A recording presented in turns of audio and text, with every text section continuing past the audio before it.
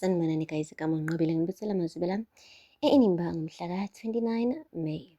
Guys, namhlanje-ke u-Onga uvuke ekuseni laphaya emzini-ke wamngani wakhe umawethu, ikhanda liduma. Kodwa-ke besebemlindile befuna avuke phela ukuze bambuze ukuthi kungani aphuza utshwala izolo engabuthinti utshwala. Guys, u-Onga-ke bephila impilo yokuthi nje yena ubhuti oclean, utshwala akabuthinti, bekuphuza abantu, yena uphuza i-drink, uphuza ijuice. So izolo ngendlela abuqunse ngayo utshwala ubuqunsele ebhodleleni, waqede wahefuzela ubhuti kubonakala ukuthi khona into emdlayo. Bathe bembuza koma wethu nophosha ukuthi hayi bo wena kwenze njani waphuza kangaka? Wathi hayi. Wathi uqala nini ukuthi uphuze utshwala? Wathi uqala izolo, uqala izolo. Kubonakala nje ukuthi le ndaba le uzama ukuyichiliza ngayo yonke indlela.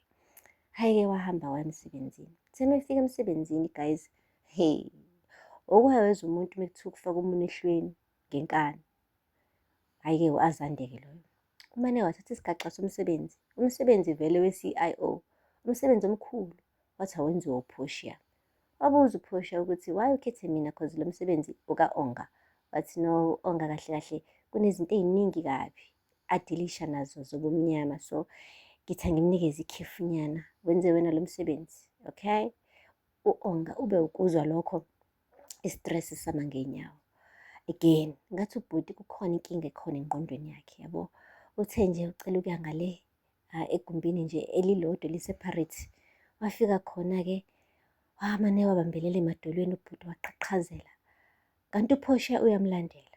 Uthe suka lapho wamane wakhipha ifoni fast eqhaqhazela. Wafonela uLazarus. Wathi, Laz, I'm not coping my man, I'm not coping. I can't do this without you, I need you, I need you. Hayibo. You're not coping. Hayibo, what are you not coping about, ngampela bhuti? Hayibo. Kahle kahle Lazarus, shuthi uyazi ukuthi u-Onga kunenkinga engqondweni yakhe, but then why engalitholi usizo? Why engamtholelanga usizo? Ngoba lo muntu ushilo izolo wathi yena, he gets triggered. So nje, ngathi khona into embi azoyenza u-Onga, and le nto embi azoyenza yinto asekayenza before kumngani wakhe lo kuthiwa uNkosinathi wagcina ehamba emhlabeni. Guys, uzoshuba. Akupheli-ke lapho. Bake bayixoxela uqhawekazi-ke le ndaba, bamtshela ukuthi hey wena, u-Onga bephuza izolo. Wathi uqhawekazi, ayingeke u-Onga, there's no way. U-Onga phela sake saya kwi-date naye, ngagcina ngiphuza ngedwa, wayiphuzela i-drink nje. U-Onga akaphuzi. Mekuwukuthi uphuzile then khona inkinga personally emshayayo, ngeke. U-Onga-ke ufikile laphaya kubo Qhawekazi. Uthe esalinde uLazarus, uQhawekazi wasondela-ke kuyena washo ukuthi hayi ndoda, kukhona nenkinga onayo, yabo nje ngikuboni nje kahle.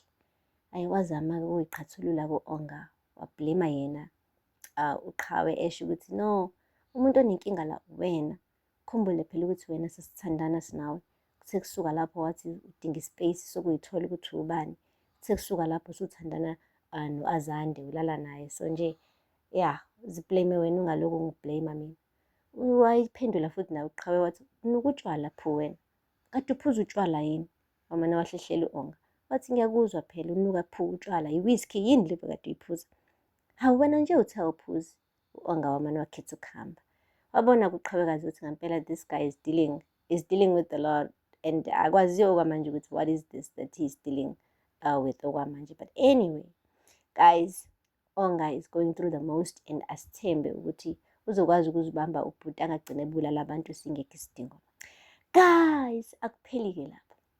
Nango-ke uZethu uphethe amaphilisi-ke lawa awanikezwe unesi Mbumbulu eklinikhi.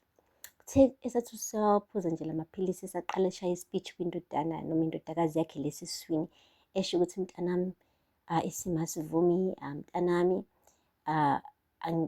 abengingafisi ukuthi ngikuzale njengodadewethu, lahle ubaba wey'ngane zakhe nami, ubaba wengane yami akekho, angifuni ukukhulisa wena wedwa, yabo, ngidinga ukuba khona kwababa nami, ngingafani noma wami osikhulise yedwa, nodadewethu naye okhulisa iy'ngane zakhe eyedwa. So yingakho ngenza lento engizoyenza. Hayi bo guys, sesuka lapho kwangena ucingo oluvela-ke kumaka likamva uThumeka. Walibamba-ke ucingo this time around for a change. Hhayi, washo-ke uThumeka ukuthi mntanami bengicela ukukubona bandla, ngicela ukuthi uze lana endlini kumele sikhulume.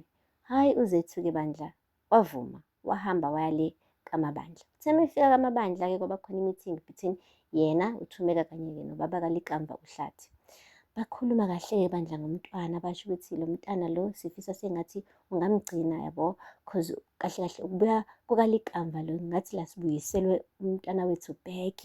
Lo mntwana uzoba ngowakaMabandla, siyamthanda, sizomnakekela, sizoyenza yonke into esemandleni ukuthi simphatha kahle. UZethu wasiwabuza umbuzo onzima wathi, abakaSithole bona, ngiloke ngizwa nje niloke nikhuluma ngoMabandla, umntwana wakaMabandla, nithini ngathi? Ayi, wamane nje uThumeka wankonkwaza-ke wathi, hhayi Zethu, ungayibeki ngaleyo hlobo mntanami, benditsho uba umntwana sizomphatha kakuhle cause sibona sengathi uLikamva ubuyile apha, umntwana wakaMabandla lo. Yo, ayi sengathi bakhulume kambi-ke ngoba uZethu mane nje wacasuka. Kusukela lapho wakhetha ukuhamba, wabaduba, wabashiya kanjalo.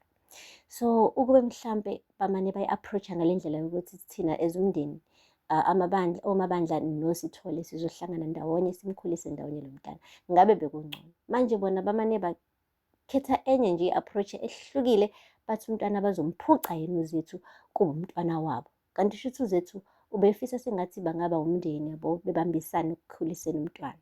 Okay, uZethu ubuyele kubo-ke endlini, girl wahamba wokhuluma noma wakhe. Uma wakhe bengenasikhathi sakhe uZethu. Uthe lalela la Zethu, mina kunabantu abaningi kabi abangikweletayo, kumele ngiphume ngiyolanda iy'mali zami la, ngizobuya ngikhulume nawe ntambama. Zethu waphatheka kabi, wambona uma wakhe uphuma ngesicapha. Uthe suka lapho wafona ugirl, fonela uQhawe because now she's lonely, she feels like yonke lento le kumele ayithwale yedwa. UQhawekazi-ke was dealing with u-Onga, wamane wathi, hey mngani, this is not the good time, can I please call you back? Wadropha ucingo. Awu, kwabuhlungu futhi kuZethu. Wafona futhi manje-ke esefonela uXolani. uXolani did the very same thing. Wamane nje wangalibamba kokulibamba uXolani, yamphose ey'hlahleni straight. Hhayi, ugirl wabona ukuthi you know what, le ngane ayilethile okuhle kuphela la empilweni yakhe, konke nje kuyabheda ever since ikhona. Ugirl wamane wakhumbula-ke lawa amaphilisi awanikezwe uLuyani Esimbumbulu. Akabange esapholisa amaseko guys. Umane nje wawavula, wawagwinya wo-3 same time. And mina ngokuzwa kwami Luyani uthe 8 hours apart, I don't know, angisakhumbuli kahle, kodwa wawashaya wonke wo-3.